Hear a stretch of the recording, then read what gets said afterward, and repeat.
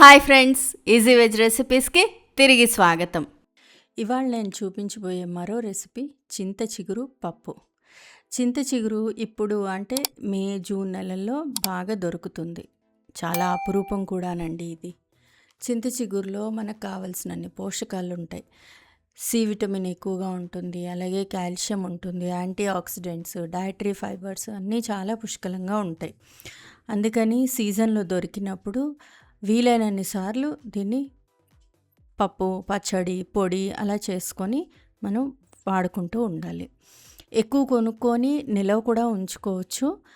అది ఎలా చేయాలో మరో వీడియోలో చూపిస్తాను ఫ్రెండ్స్.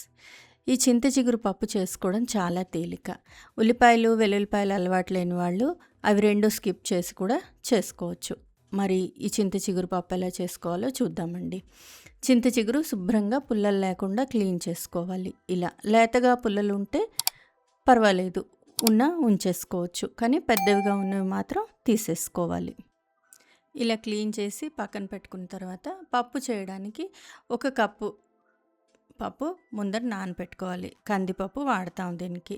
ఒక 10-15 నిమిషాలు నానబెట్టుకుంటే సరిపోతుంది. ఈ పప్పు వల్ల వచ్చే గ్యాస్ రాకుండా ఉంటుంది. అందుకోసరంగా నానబెట్టుకోవాలి. పప్పు నానబెట్టుకున్న తర్వాత ప్రెషర్ కుక్కర్లో పెట్టి 3 విజిల్స్ వచ్చే వరకు కుక్ చేసుకోవాలి. పప్పు ఉడికించుకోవడానికి మనం ఇందులో కొంచెం ఉప్పు, పసుపు, అలాగే ఒక 2 స్పూన్ల నూనె వేస్తే పప్పు చిందిపోకుండా, కుక్కర్లో చిందిపోకుండా ఉంటుందండి. ఇదొక బెస్ట్ టిప్.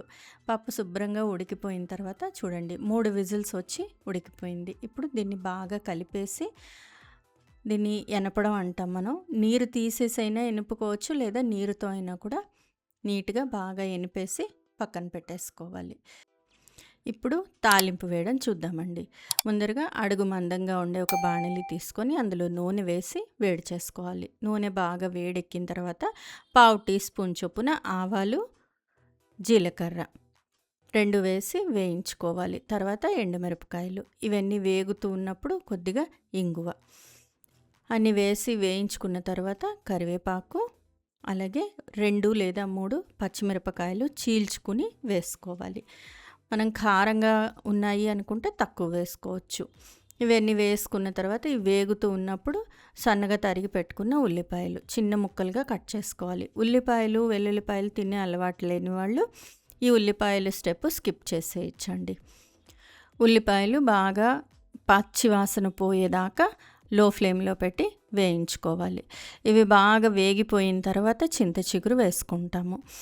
ఉల్లిపాయలు తినము అనుకున్న వాళ్ళు ఈ స్టెప్ స్కిప్ చేసేసి డైరెక్ట్గా చింత చిగురు వేసేసుకోవాలి. ఇప్పుడు ఉల్లిపాయలు చూడండి చక్కగా వేగిపోయి, ఉల్లిపాయలు ఎంత వేగితే అంత త్వరగా పప్పు అయిపోతుంది. ఇప్పుడు 2 కప్పుల దాకా చింత చిగురు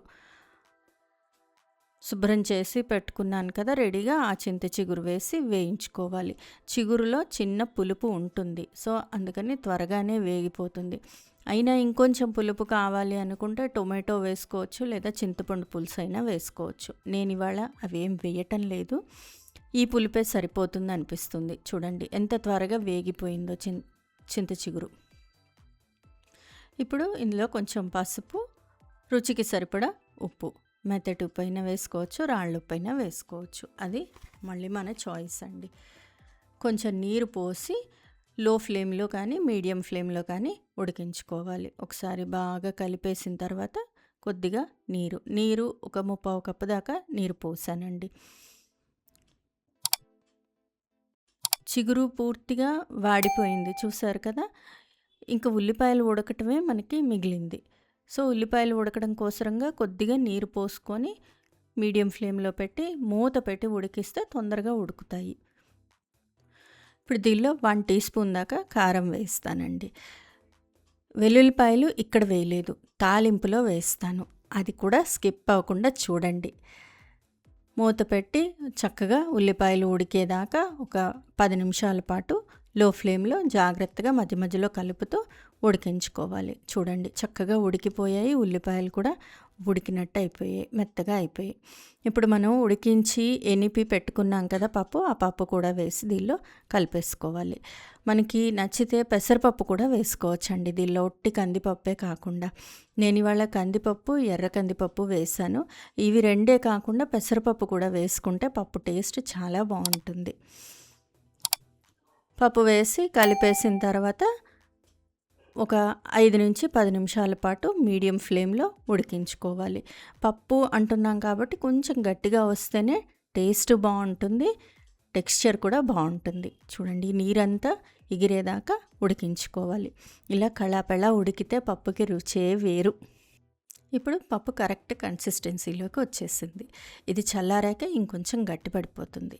ఇలా స్టవ్ ఆఫ్ చేసి పక్కన పెట్టేసుకొని బాణలిలో కొంచెం నూనె వేసి, నూనె వేడెక్కిన తర్వాత అందులో ఒక 4-5 వెల్లుల్లిపాయలు తొక్క తీసి వేసుకోవాలి. వెల్లుల్లిపాయలు చిట్పట్లాడుతున్నప్పుడు కారం వేసుకోవాలి. స్టవ్ ఆఫ్ చేసేసి పక్కన పెట్టేసుకోవాలి దీన్ని. చూడండి, ఇలా వెల్లుల్లిపాయలు కొంచెం వేగినట్టు అవ్వాలి. అయిన తర్వాత దీనిలో కొంచెం కారం, ఒక 1/2 టీ స్పూన్ కారం వేసి పప్పు సర్వింగ్ బౌల్లోకి తీసేసాను. దానిలో వేసేసుకొని సర్వ్ చేసేసుకోవాలి. ఇంతే, చింత చిగురు పప్పు ఇంత సింపుల్గా రెడీ అయిపోతుందండి. ఆరోగ్యానికి మంచిది, అలాగే టేస్ట్ సీజనల్గా దొరుకుతుంది కాబట్టి ఈ సీజన్లో ఖచ్చితంగా చేసుకొని తినాలి. ఫ్రెండ్స్, ఈ రెసిపీ మీకు నచ్చినట్లయితే మీరు ట్రై చేయండి. మీ ఇంట్లో వాళ్ళకి టేస్ట్ చేసి చూపించండి. ఎలా వచ్చిందో నాకు కామెంట్ బాక్స్లో కామెంట్ చేయండి. ఫ్రెండ్స్, ఈ వీడియో మీకు నచ్చినట్లయితే ప్లీజ్ లైక్ చేయండి, షేర్ చేయండి. ఛానల్ సబ్స్క్రైబ్ చేసుకొని వాళ్ళు ఛానల్ సబ్స్క్రైబ్ చేసుకోండి. ఆ బెల్ ఐకాన్ క్లిక్ చేయడం మాత్రం మర్చిపోకండి. మరో మంచి రెసిపీతో మళ్ళీ మీ ముందుంటాను. అంతవరకు సెలవు మరి. బాయ్.